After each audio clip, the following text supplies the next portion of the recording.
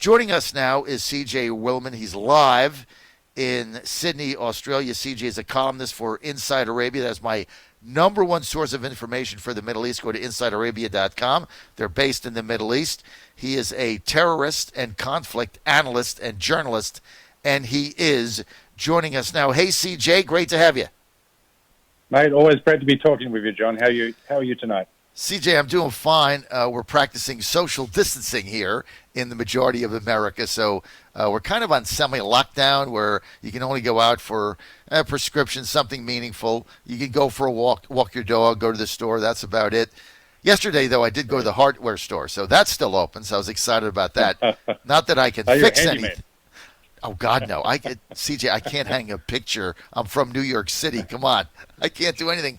But my son was had put something, I guess, on the dining room table because he's home now, right? He's 15, and it left a big stain, and my wife was not a happy camper, so I had to go figure it out how to get that off. So that's what I did, CJ. That was my day yesterday.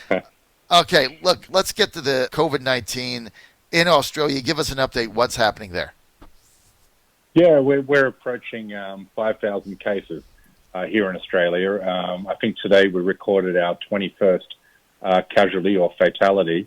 So, I mean, as grim as that does sound, out of a population of 25 million, we're doing pretty good. Nobody wants to be celebrating anything at the moment, but when you compare the trajectories of every other country in the world, particularly Western developed countries, we're faring better than most. Where actually our curve is starting to look a little bit like Singapore and South Korea, which is very encouraging. Most of our confirmed cases are from overseas. I think out of 4,840 confirmed cases, something like 80-odd have only occurred from community transmission. So the federal government here and the respective state governments are really starting to get a handle on this. We're seeing a definite flattening on the curve. Again, a little bit too early to get happy about anything, but signs definitely that the very strict social distancing and lockdown measures that the government has put in place are starting to show some rewards. So why is Australia doing better than we are? Well, I mean, we have the advantage of being an island, which is certainly a big advantage. Number two, we have a very good healthcare system. They've been able to test very effectively, and more importantly, they've been able to test. It's about the ability to test a high percentage of your population, and then be able to contact trace from those confirmed cases. So wherever we've had a confirmed case, we've been able to contact where did that individual go, where did they visit, who else were they exposed to, and then contact those people that they might have been exposed to. And that has been the key to success in South Korea. Whereas you guys are testing a lower percentage of the population than Italy is, and your trajectory is worse than Italy. So that makes it doubly frightening for the experience what you guys are hearing. I fret more for my family that I have in the United States than I do for myself and family here in Australia. Well, I mean, there's 350 million Americans. We've tested about 1 million of them. So, you do the percentage. It's not very high. So you look at the trajectory. I mean, that's what the fear is now. That's when the president came on at his press conference yesterday. He told everybody to brace for a dreadful April and between 100,000 and 240,000 deaths with this virus. So that was kind of sobering. I think that was a wake-up call to America that, hey, this thing is very serious. The scary thing with it is it attacks people in different ways. If you have any compromised respiratory situation, asthma, things of that nature, you're aged, I mean, this thing's deadly. So, hopefully we can, in the U.S., take a page out of Australia's book, continue to do the social distancing, and hopefully bring that curve down. Because the whole thing with us is about, do we have enough hospital beds for the people that get sick from this and need hospitals? If that flow is maintained, I mean, it's still awful, but you can get to the other side of this. Because our fear is the healthcare system gets overrun. We need 1,000 beds in any given area. We only have 700, and you got 300 people that can't get in. That's the fear that we have in the United States, CJ, as you know. Exactly. Yeah, you nailed it. It's all about ICU beds and ventilators. That's what it comes down to. Right. It's been able to flatten that curve flat enough that it doesn't overwhelm and crash our hospitals and healthcare systems. Right, and then hopefully people get better and go home. I want to get to an article you did in Inside Arabia. By the way, for our listeners, I'm a huge fan now of Inside Arabia. That's the site that I go to exclusively for updates and news on the Middle East, which I follow.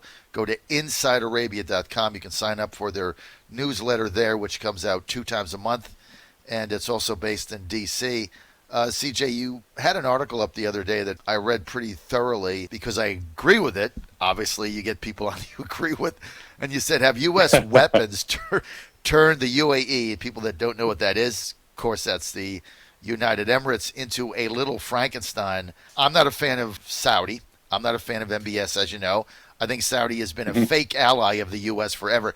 You look what they're doing to energy prices now. They're basically destroying the U.S.'s independent fracking natural gas and oil industry by moving the oil down to $19 a barrel. But UAE is worse, and I've always thought that MBZ is pulling all the strings there. But it's our weapons that are turning them into what you call a little Frankenstein. Can you elaborate on that? Yeah, I mean, as you mentioned the Crown Prince, the Saudi Crown Prince, Mohammed bin Salman, MBS. I mean, he's I certainly wouldn't call him a household name in the United States, but he's a name that's very familiar to an American ear, mostly because of the very close relationship and high-profile relationship the United States shares with Saudi Arabia. But the United Arab Emirates, as I point out in the article, if you speak to most Americans and you say the UAE, they associate it with the high rises and the fancy hotels of Dubai. They don't think of the de facto ruler of that Emirate state, Mohammed bin Zayed, or MBZ. He doesn't sort of come to mind, but he really is one of the most influential voices in Washington, D.C. He's arguably the world's richest man. He controls a wealth or a fortune that exceeds $1.3 trillion. He's one of the biggest procurers of U.S. weapons in the world, and he's armed to the teeth, and he's willing to use that military might to flex the UAE, this tiny little country, on this speck of dirt in the Gulf. I mean, he was one of the chief architects of the war in Yemen, which has been described as the world's worst humanitarian crisis. His aim there was to control the southern part of the country to form basically a logistics chain all the way to the Horn of Africa. That's a disaster. He was part of the chief architects of the blockade against Qatar. Right. And this is where it brings us full circle to where we have he shares the ear of President Trump's inner circle, something he's cultivated very hard, but he also put together a program that effectively procured or recruited former NSA spies to work for the UAE to hack the phones of Americans, particularly American journalists, American human rights activists who are critical of the UAE, particularly their foreign policy. And this is something that came to light about 12 months ago. But it shows you the lengths that the UAE is to go to. And there really isn't a country which acts in sync with the overall foreign policy goals of the United States. No, if they act counter to it. You look at what they did in Yemen. I mean, that's a complete disaster fighting the Houthis. They spent billions of dollars there. Half the time, they end up blowing up school buses and markets. That has been a complete disaster. That's number one. The blockade against Qatar, which they originally convinced the Trump administration to look the other way on, that from a humanitarian standpoint, stopping just a free flow of people in between these four countries, the Gang of Four, that's been horrible. It's also been a disaster because they've accomplished no objectives with that. The state of Qatar is financially and economically better off after the blockade than they were when it started. So that was like stupid. Yeah. And, now they're stuck with it. Now you got MBS talking about building some kind of a sand dune or a moat in between Saudi Arabia and Qatar. That's asinine. Yet we continue to send this guy money. We continue to send him armaments. Why? And let me just ask you something. You mentioned, look, I'm not a fan. They don't have to hack my phone because I get on the air and blast them. I could care less. But Sure. when they hack phones of journalists critical of MBZ and the UAE and the relationship, what do they do with that information? Well, what they do with that information ultimately led to the death of the Washington Post journalist and also a colleague of mine, a former colleague of mine at Middle East Eye. Jamal Khashoggi was hacked to death in the Saudi consulate in Turkey. But based on the UAE being a broker between an Israeli designed software company called the NSO Group, which designed a software called Pegasus, which enabled their clients to hack into the phones, trace their keystrokes, trace their passwords, trace their movements, and that's how they're ultimately able to trace the conversations between Khashoggi and another journalist / activist, and ultimately traced him, invited him to the Saudi consulate there, and had him murdered. So it's all about intimidating critics, intimidating journalists, and human rights activists that speak out against what is one of the most repressive regimes in the world. The other thing is they have, as you know, CJ, and I know you follow this. By the way, we're with CJ Werleman. CJ is a senior correspondent with Inside Arabia. That's where I go for my Middle Eastern news every day. The first site I go to when I get up at 3:30 a.m. I go to InsideArabia.com, based in the United States in Washington, D.C. CJ, the other thing is they have an army of high-priced lobbyists running around Washington. Now, they all have to register as, helping a foreign government. We have a process for that. You live in Washington like I do during the week.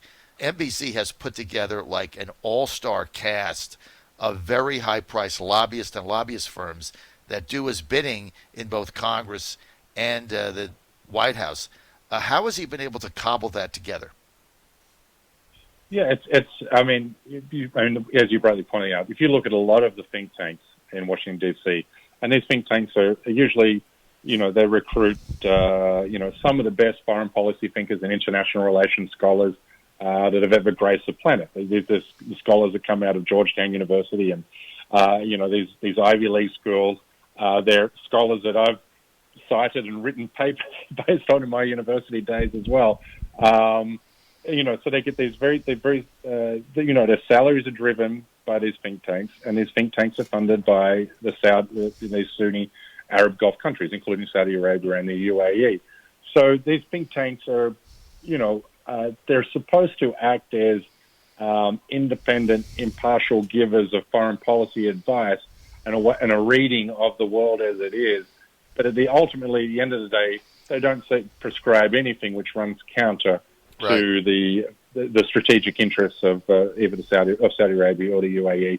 So they do have a very influential role. I mean, they're one of the key drivers of foreign policy. The Israeli lobby, the UAE, and Saudi Arabia. Hard to find three more powerful foreign policy influences in Washington, D.C.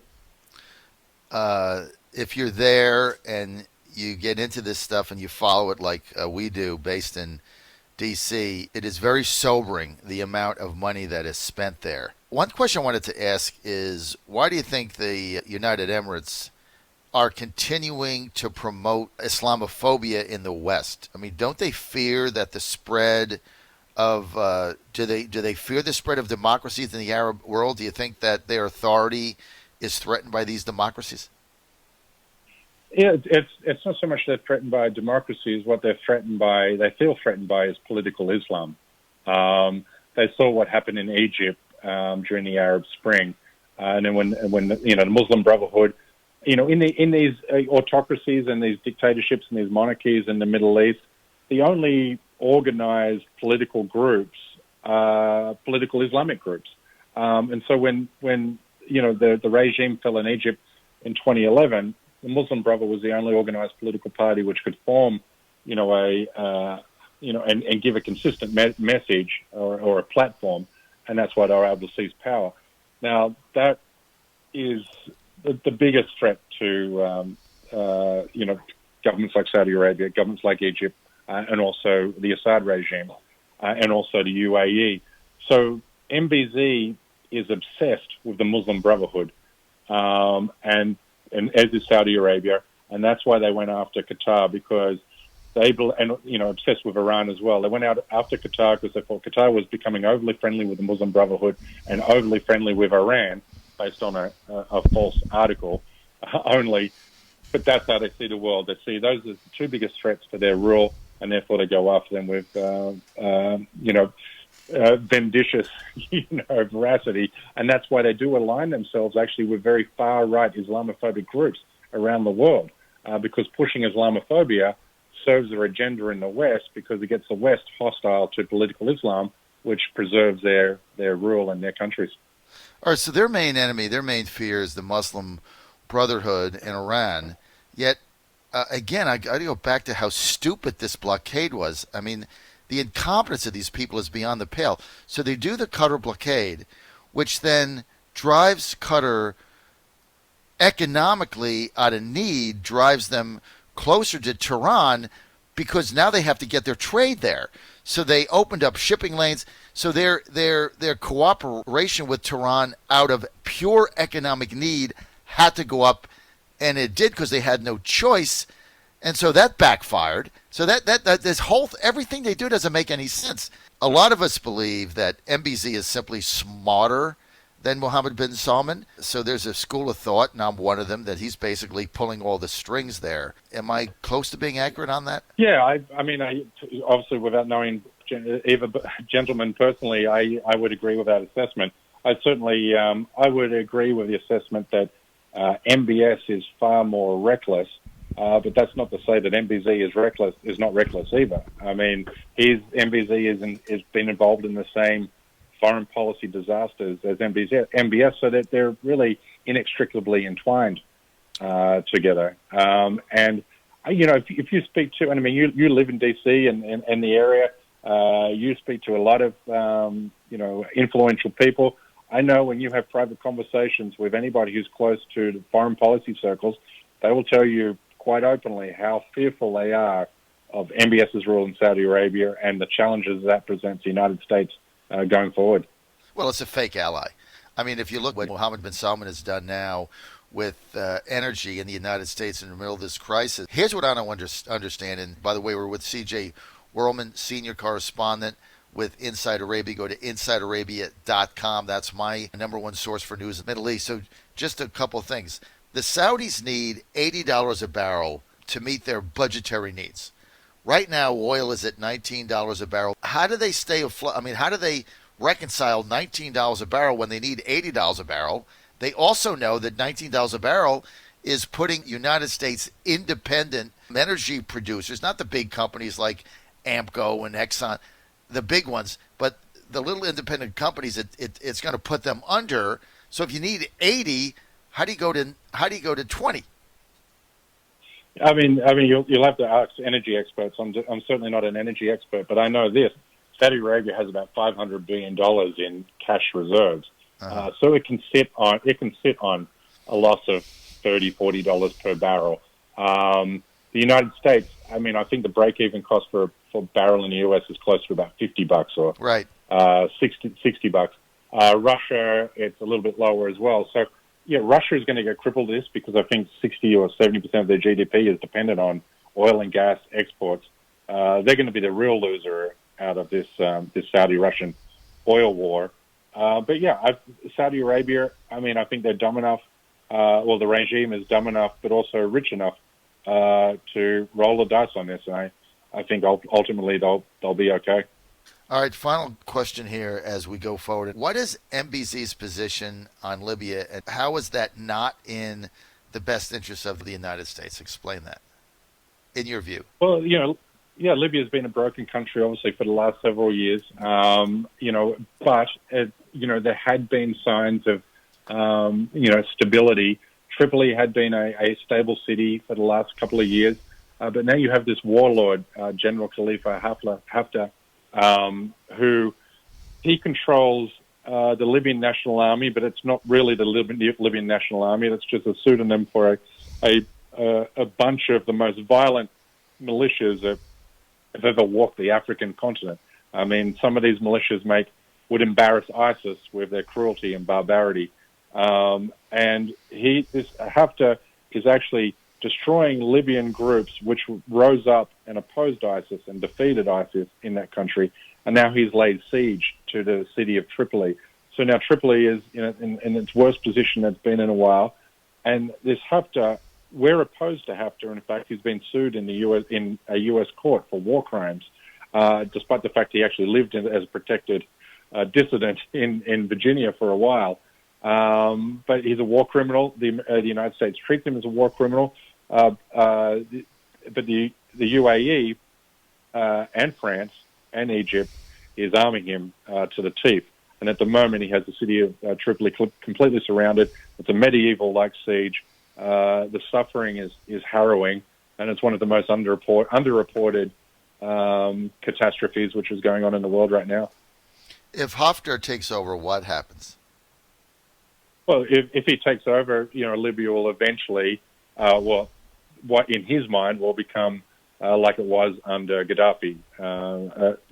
A country ruled by a brutal dictator, where a brutal dictator controls the entire wealth of the country, and what he says goes. But Libyans who suffered for so many decades under Gaddafi yearn for liberty. The people who live in Tripoli are pretty. I've interviewed so many people in Tripoli as the siege has been going on.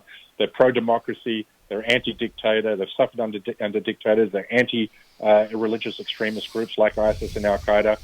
They just want peace and stability and a say in their own future, and Haftar represents the opposite of that. After this segment with us, C.J. Werleman, you can be sure that MBZ is going to be personally hacking your phone and your computer going forward. I get phishing emails all the time. We're out of time.